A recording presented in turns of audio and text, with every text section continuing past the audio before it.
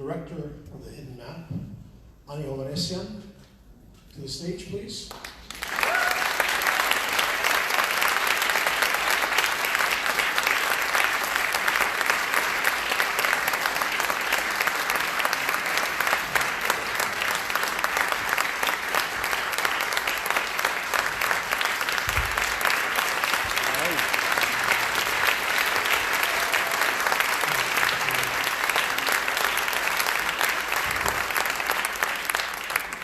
Along with her partner in crime in that project, Scottish explorer Stephen Sim.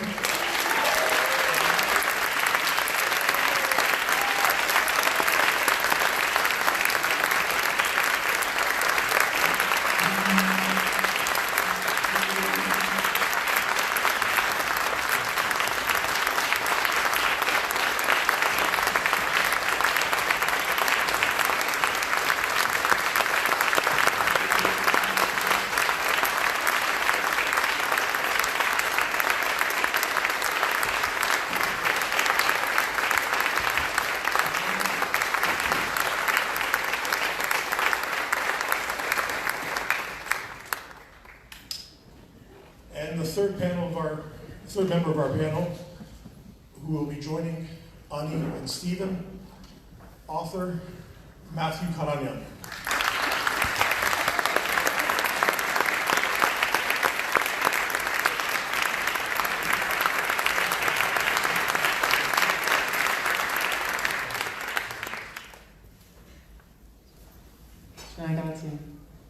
Ani, let's start with you. Firstly, I think, given your accomplishments, it's fitting that you're joining us here today at a Canadian Armenian Film Festival with complimentary treats by Mucho Burrito, a Lebanese bakery, surrounded by fellow diaspora Armenians celebrating your birthday. Happy birthday. Oh.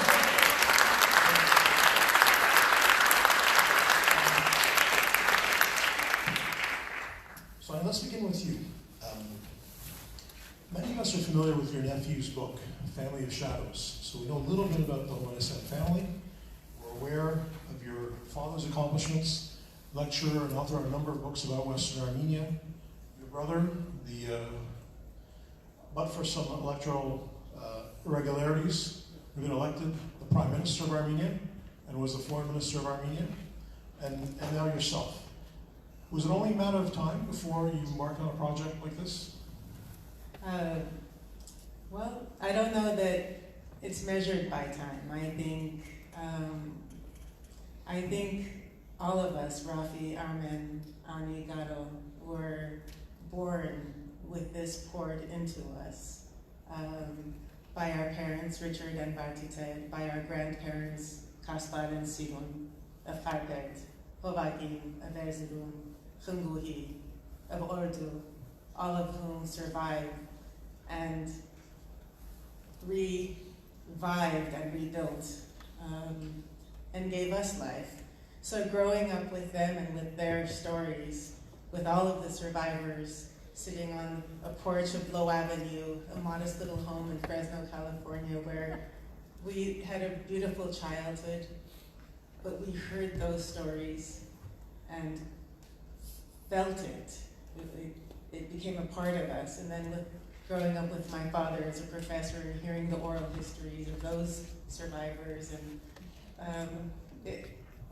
a matter of time, I don't know. Rafi did it by moving to Armenia. My father did it by dedicating his life to teaching Armenian history. Gadi does it creatively. My mother does it. Everyone does it somehow. But I did know that one day, I did know that I would want to tell this, not want to, I had to tell this story. And I knew that I had to go back home to find my beginnings. And I was just very fortunate to be able to meet Steve so that we could tell it together through different perspectives. So, I don't know if that's really...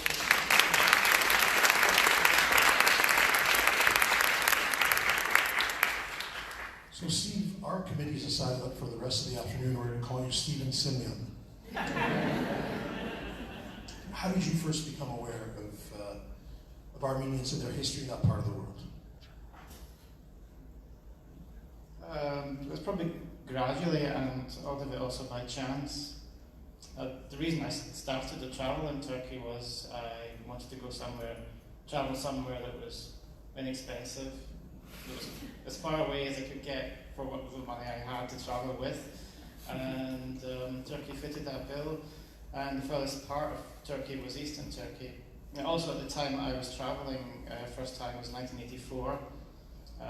Turkey in the 1970s was developing as a tourist destination.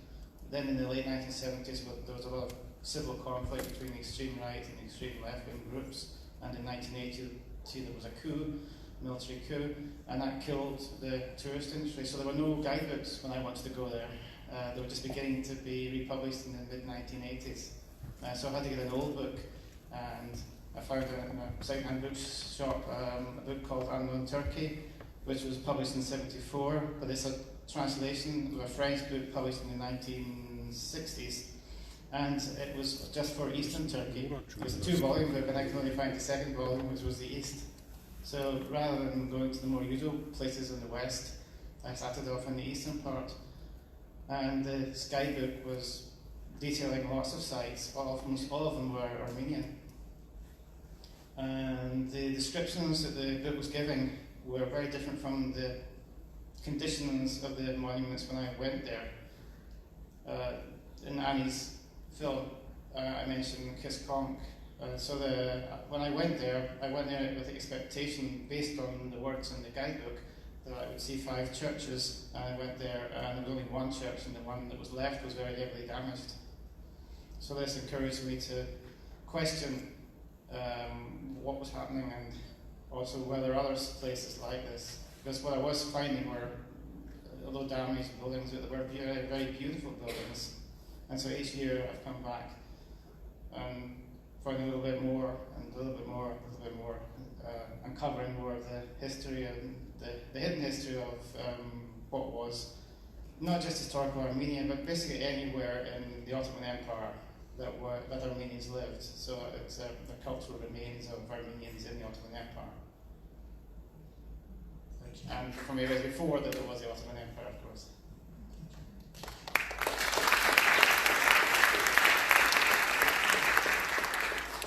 Matthew, your book, The Armenian Highland, The First Republic of Armenia 1918, is phenomenal. The research that went into that project, it's remarkable to think that for less than the price of filling up a tank of gas, you can have a copy of that book. It deserves to be on every single coffee table, everybody in this room, in fact, everybody on the planet. Congratulations. Now, you've done, we've had you at the festival on a previous occasion. You've had a few books out, Armenia Arapagh, more or less a travel guide. You've had one about historic Armenia. Why the Armenian Highland? How did this come about? Well, first of all, let me say that I'm sitting on the stage with 2 of my heroes, and it's a special honor to be sitting here with Steve, because Steve is someone whose work I've known for many, many more years than I've known him.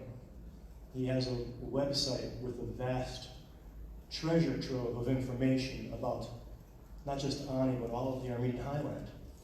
And as I was working through my research, I kept going back to his website, and I never saw his name. He was completely anonymous. And so it's an honor to be with him today on the stage, and to be with Ani, who has given him the voice that he shielded from us by keeping his name a secret. And my objectives are similar to the objectives of Steve and Ani.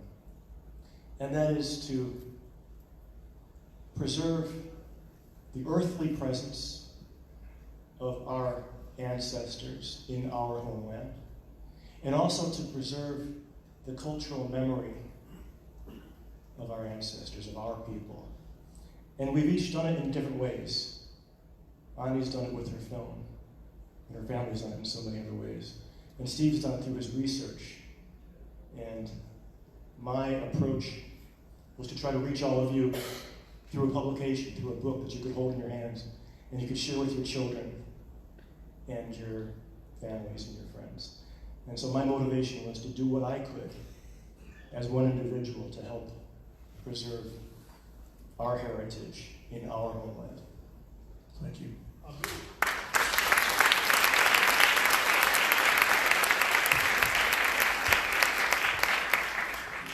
When you were at the festival in 2015, Matthew, I remember having a conversation with the director, Ani Hovannisian. You were stressing the importance of connecting with that land and reminding the land that we're there and we're part of it, Western Armenia. Ani said something similar yesterday when we were discussing. Question for all three of you. Why do you feel it's important for us as diaspora Armenians to actually not only go to Armenia, but go to Western Armenia and visit that land? Well, let me just start before passing to Ani. We've been absent, so many of us here in Canada and America and elsewhere in the diaspora have been absent from our homeland for most of the past century. And that absence, during that absence, we've lost so much. We've lost so much, not just of the physical artifacts of what we had in Armenia, in the Armenian highland, but we've also lost part of our own identities because we ourselves here in Canada, in America, and elsewhere in the diaspora have forgotten so much, have unlearned so much of our heritage.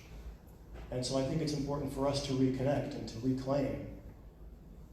And to do that, we have to first understand what we have, what we still have, what we haven't lost. We have to educate ourselves about our own homeland that we haven't seen for a century.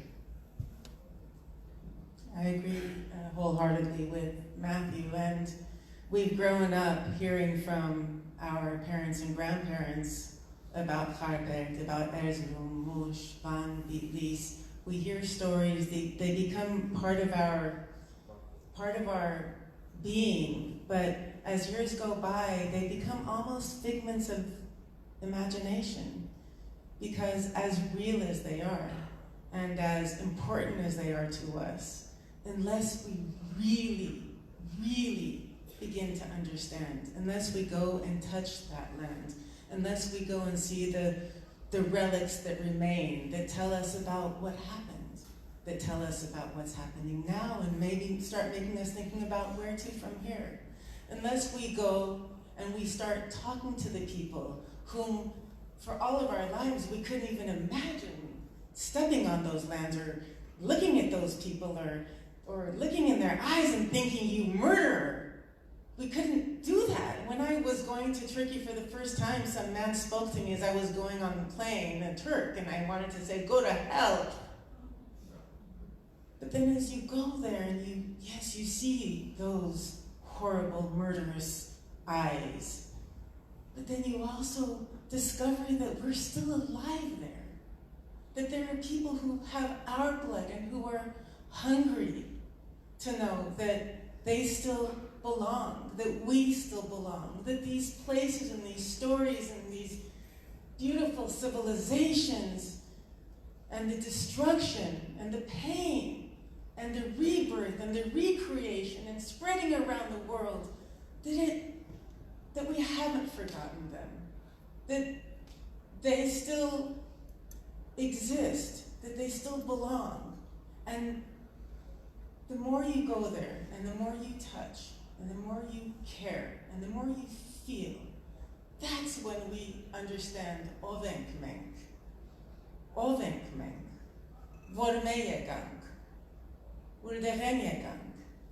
Ինչու կարևոր է, որտև մեր ամբողջ էությունն է, եւ ոչ միայն անցյալին, ոչ միայն ցավեր, ոչ միայն մահ, այո, այդ, որտև այդ պատճառով այսօր խոսենք, եւ այդ մեր մանիները, բավիները անվախ առաջ քացին, եւ մեզի կյանք տվին, եւ մեր պարտականությունն է, մեր կյանքի նվադակ եւ պայքարն է արդիկ ողջ պահել.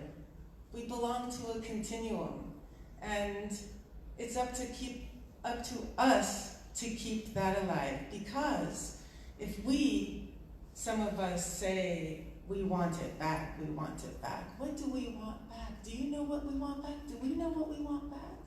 Let's go and see what exists. More important, let's see who exists. Because they tell me, in their eyes, in their language, and even in emails today, they say, we need you, don't forget us. And they are our living link to that land. So it matters, you all matter, we all matter. Եվ իրարուգը պատկանենք։ Եվ շնորհակալություն չեմ ասացի, որ մեզ ողջ միացուցիք, այսօր եւ միացուցիք, բայց իսկապես հայրենագիցներ իրարուգը պատկանենք եւ մեզ մեր հոգու եւ շունչի նվադագն է առաջ տանել մեզի այսօրվա Հայաստանի մեջ աշխարհի 4 կողմը եւ մեր պատմական հողերը իմանալ, որ թեր մերն ենք եւ մենք ալ իրեն եւ ասպես շարունակենք իրապես։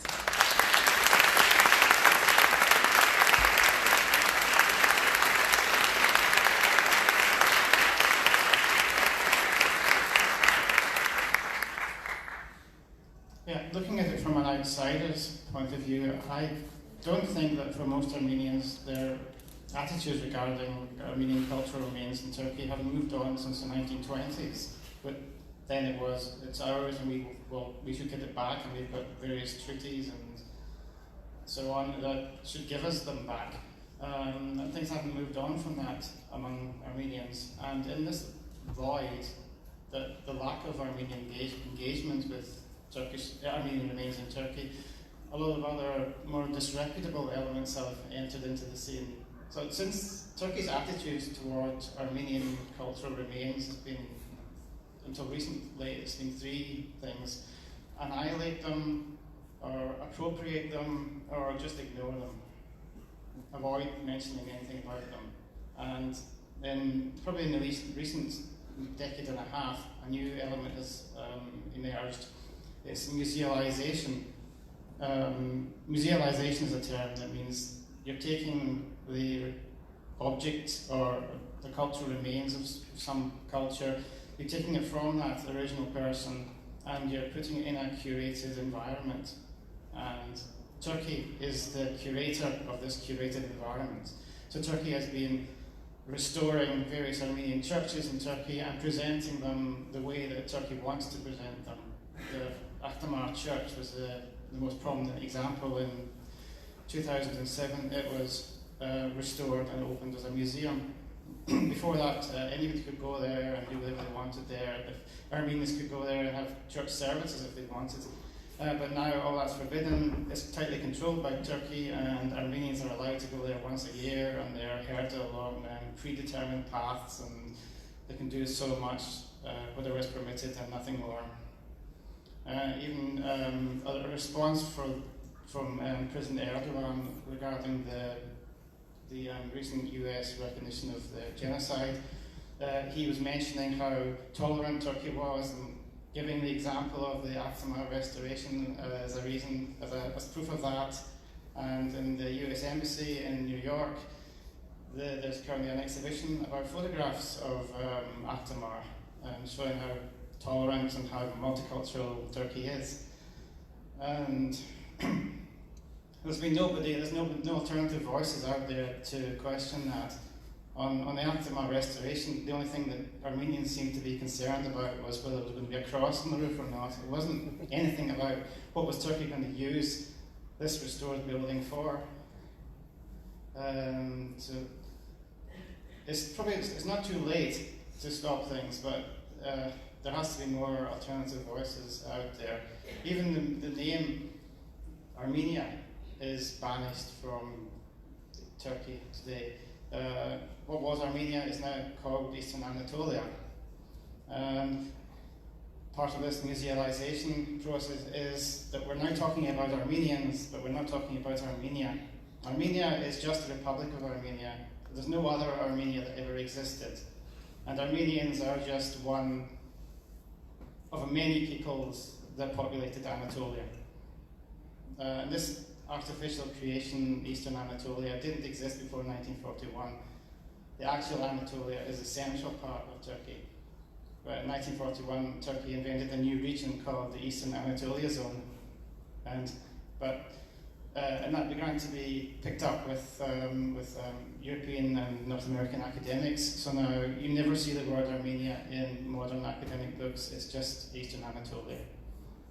So again, anybody who uses the phrase Eastern Anatolia is using a phrase that's designed to deny the genocide and to deny that Armenians lived in Eastern Turkey, in what's now Eastern Turkey.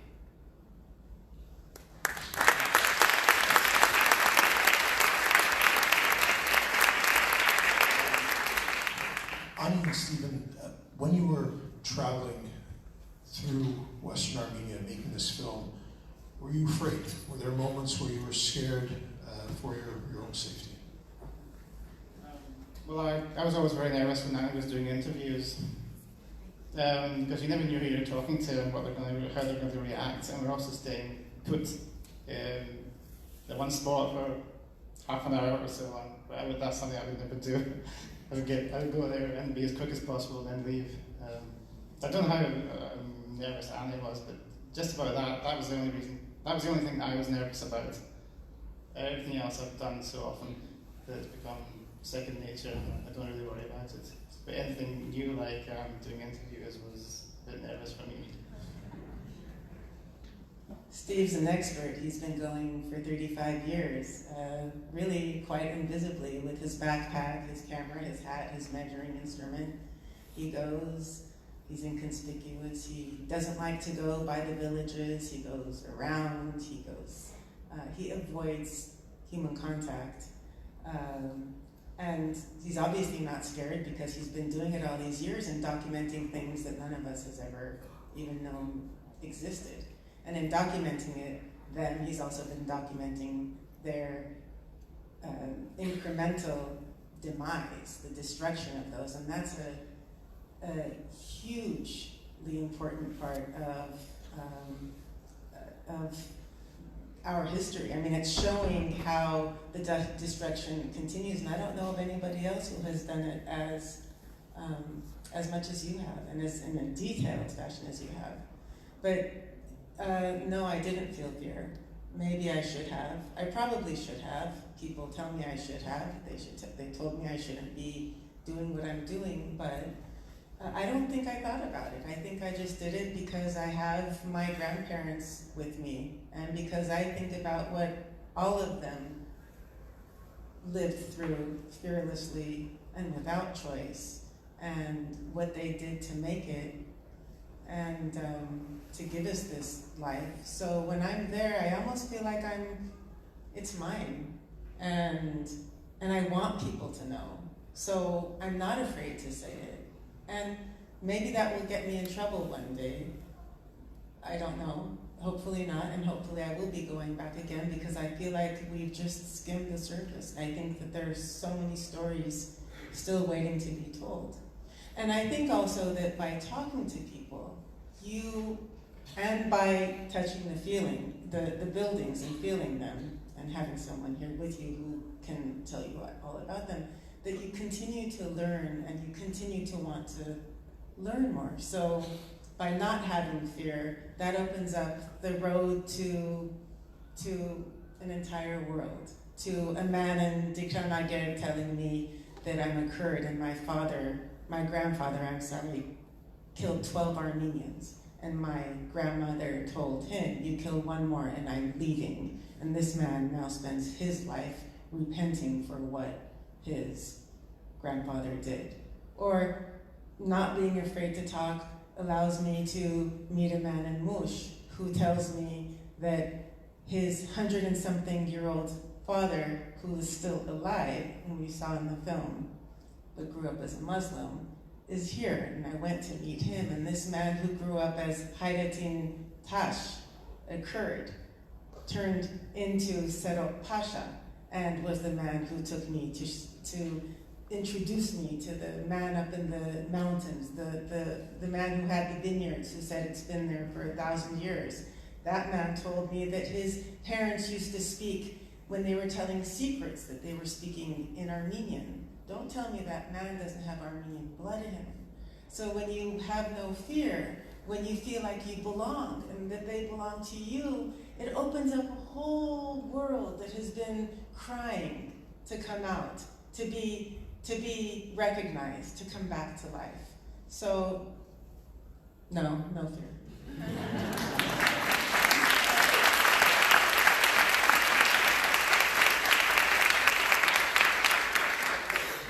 Matthew, we know about the glory of Ani. At one point, Ani had a population greater than London and Paris at the time. Is there any portion or part of the Armenian highland that stood out to you more than the other? Was there sort of a favorite part, like a Pazmashen or somewhere that you really wanted to see for yourself? As I've traveled throughout the Armenian highland, I found that each region has its own distinctive appeal. As I walk through the trails of Ani, I'm drawn by the ghostly presence of our past. And as I walk through the streets of Van, I recall what must have been in Van when my grandfather lived there. And in each province, I have these strange emotions that pull me into each province. Imagining what life must have been in Palu, and in Erzurum, and in Kharpert, and in Sepastya. And there's no one region that I can say I'm drawn to this particular region, because I see all the Armenian highland as belonging to all of us. And I also had no fear. Well, I was afraid of maybe losing my film or having my digital files stolen. But when I first went to Van, and Van was my first destination because it was my grandfather's home. I went to Van in 1997. On the morning that I boarded my flight, on the cover of Hürriyet, there was news that a Turkish army helicopter had been shot down over Van by Kurdish insurrectionists. And I went anyway, and I spent 3 or 4 days in Van. And every morning that I woke up in Van, I said to myself, is this the day that I will die? I did. And then I went out, and I didn't die. I lived.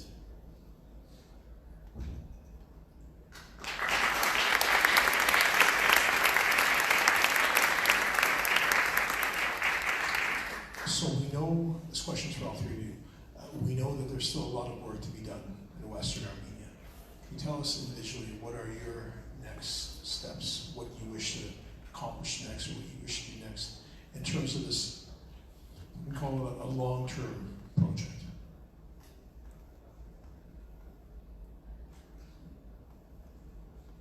For me, it's simple and not, it's deep. It's the need for me. I have an eternal need to return. The draw, the pull is so strong, and my intention is to continue to go with my camera and to document more and more, and to be able to gather as evidence, not just evidence, but just as a part of our human condition and our collective identity, Ovga, Inchka, and hopefully to encourage others to take that journey also. So for me, it's, while it's a national and it's a global, it's a human need. For me, it's very personal, where I need to go and take my camera and meet the people and find the ruins and document them. And what will happen with that? I don't know. Maybe it will become part of a bigger collective, whether it's online, whether it's more films, whether it's part of a living museum, whether it's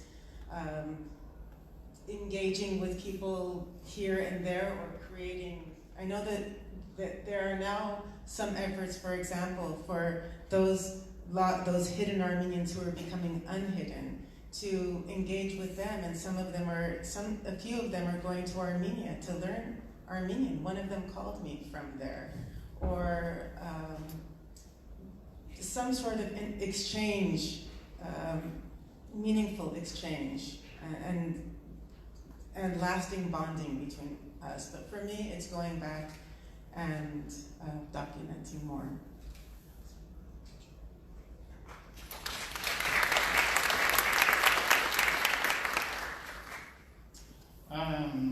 I probably don't have such specific plans, or just each year I want to continue going back to Turkey and explore a little bit more, fill in a little bit more blanks on the map.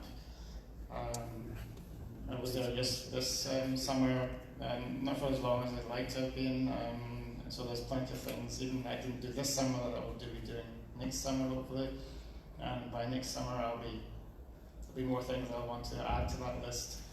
And although there are a finite number of places that exist, even discounting the ones which are not known about, and eventually I've seen everything, but what's left is often very difficult to get to, and I know Matthew probably know that as well, how difficult it is to get to some places. So some of the photographs in this book, you'll have taken an entire day just to get that one photograph. And this year, for example, I went to a little Armenian church which was last recorded in 1895 by a European traveller who passed by, who said there's a little church, Armenian church in this place. It was right in the middle of nowhere. In the 1990s, twice I tried to walk to it and could never find it. It's north of Kamali, north of Edin, on the Euphrates River. It really is right in the middle of nowhere. And it was only through Google Earth and very careful searching of it that I thought, there's this little ruin here, is that the church? And it was. And it took so long to get there, 3 hours of walking, and 3 hours back, and I only had about half an hour there to look around, and so I'll be doing that again next year, because it takes, when you're going to a place, you don't see everything on the first visit. It takes multiple visits before you fully see and then understand everything that you're seeing. So that's what I would like to do. And maybe also visit Armenia as well.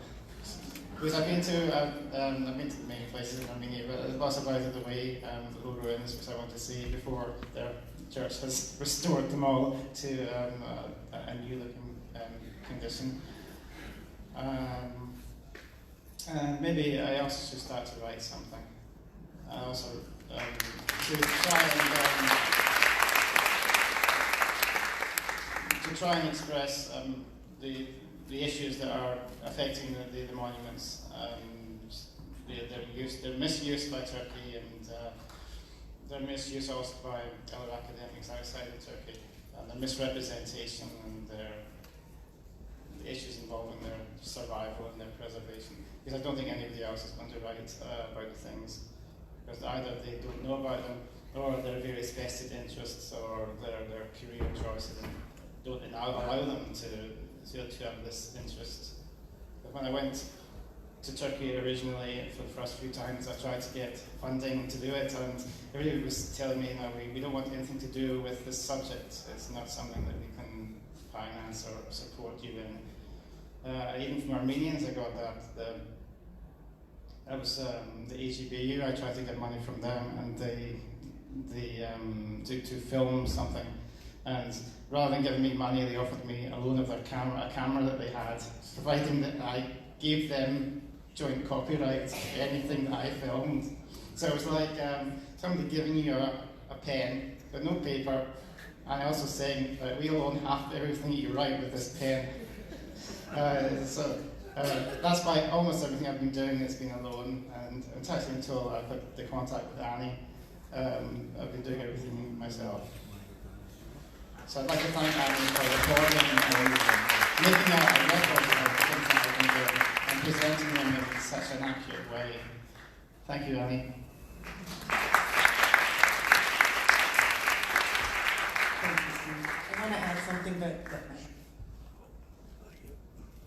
My overarching objective is for each of you to travel to the Armenian highland. You know, there's 3 of us on the stage, and there's only so much each individual person can accomplish.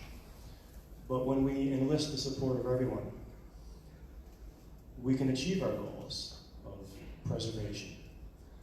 Each one of us has so much more power than any of us believes or understands. We have so much power in how we express ourselves and how we speak and who we talk to. And we can express that through photography, through writing, through advocacy, through education. These are the objectives that I'm trying to achieve by introducing you to some place that you may have forgotten, that you may have known in your heart but have forgotten. I went to the Armenian highland by accident. I had sworn that I would never travel to this place because all 4 of my grandparents were from Western Armenia and had lived there in 1915, in 1914, in 1913. They were survivors. And so I swore I would never go. And I went accidentally in 1997 because a friend of mine was getting married and she asked me to be her gunkahide, her godfather, so I had to go.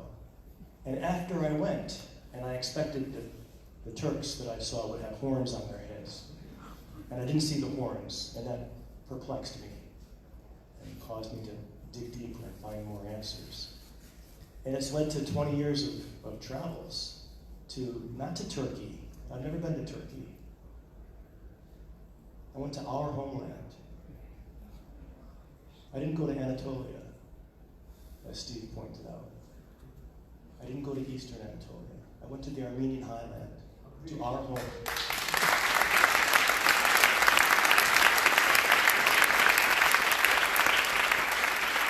And I invite everyone to do the same.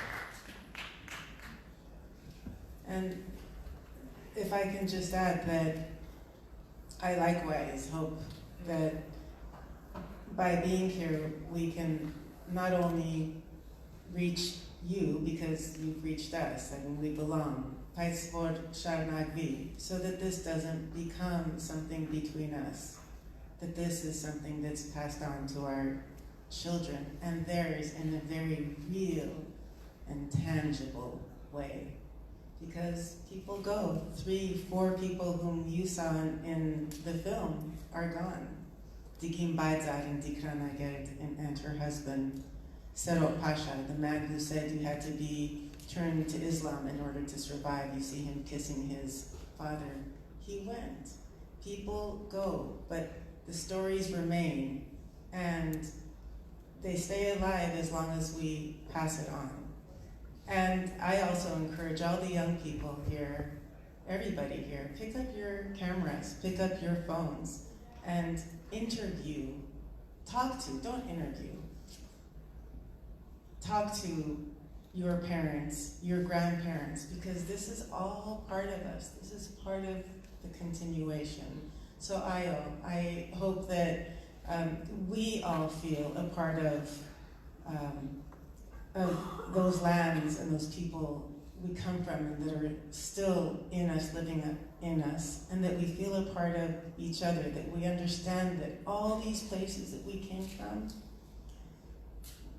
Mege, Yevmenk Megeng, Yevad Besal, Arashe Tank. So, sure.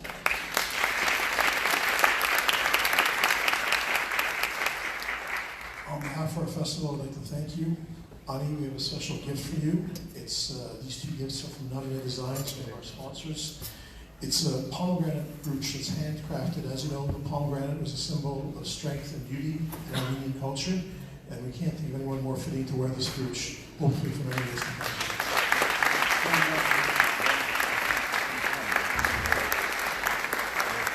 Thank you so much. Thank you to everybody at the Pomegranate Film Festival.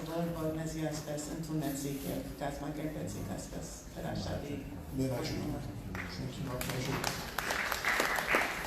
And Matthew, we have a special handcrafted pomegranate money clip for you once your books all sell out.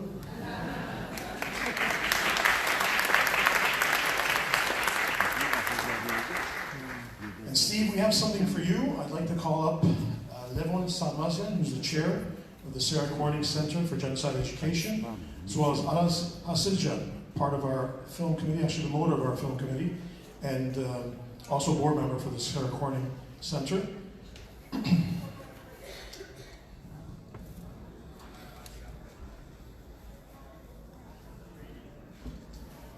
So as we know, or as many of you may know, Sarah Corning was a nurse from Nova Scotia who joined the Red Cross and started initially in a small village at the foot of Mount Ararat following the end of World War I. She eventually was transferred to Constantinople, then Yerevan, then Smyrna. Over the course of Sarah Corning's career, she rescued and saved the lives of thousands of Armenian orphan children. Sarah Corning, like others over the course of Armenian history, has helped the Armenian nation without being born into it. The Armenian nation has been blessed to have been assisted by individuals like Sarah Corning, who are not of Armenian descent, but have come to be recognized as one of our own. People like Lord Byron, Henry Morgenthau, Woodrow Wilson, who were not born Armenian per se, but became synonymous with the Armenian cause. Recently, we lost one such member of our community. There's a tribute and festival program for him, Jose Antonio Gurarian. Jose was a Spanish journalist who was paralyzed following the detonation of a bomb. And he went on to learn about the history of the Armenian people and became an advocate for the recognition of the Armenian genocide throughout parliaments in Europe. Jose joined us at our 2015 festival as he was the subject of and received a standing ovation following the presentation of Robert Guédiguian's film, Don't Tell Me the Boy Was Mad. We wanted to honor Jose and individuals like Jose in our own Canadian way.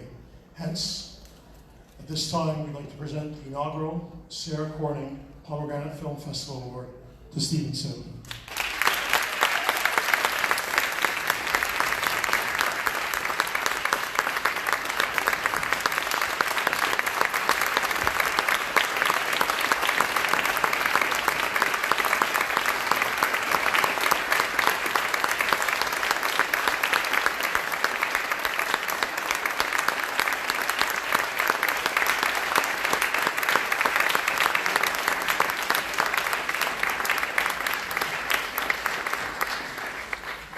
I'd like to thank the Pomegranate Film Festival's organisers for inviting me today, and also for the award here. And as Ani was saying, I hope that the film that we made is going to encourage a greater awareness of the Armenian monuments in Turkey, and also some people who are actually going to go there and see what's there, and perhaps do their own exploring as well. Thank you.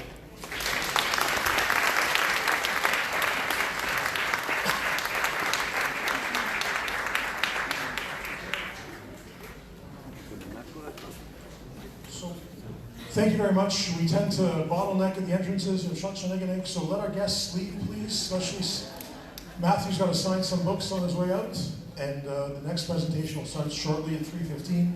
Barit Maronian's long anticipated film of the Velvet Revolution, working title Anatomy of a Revolution. We'd ask everybody to exit the theater once our guests have left, and we'll usher you back in for Barit's film. Thank you.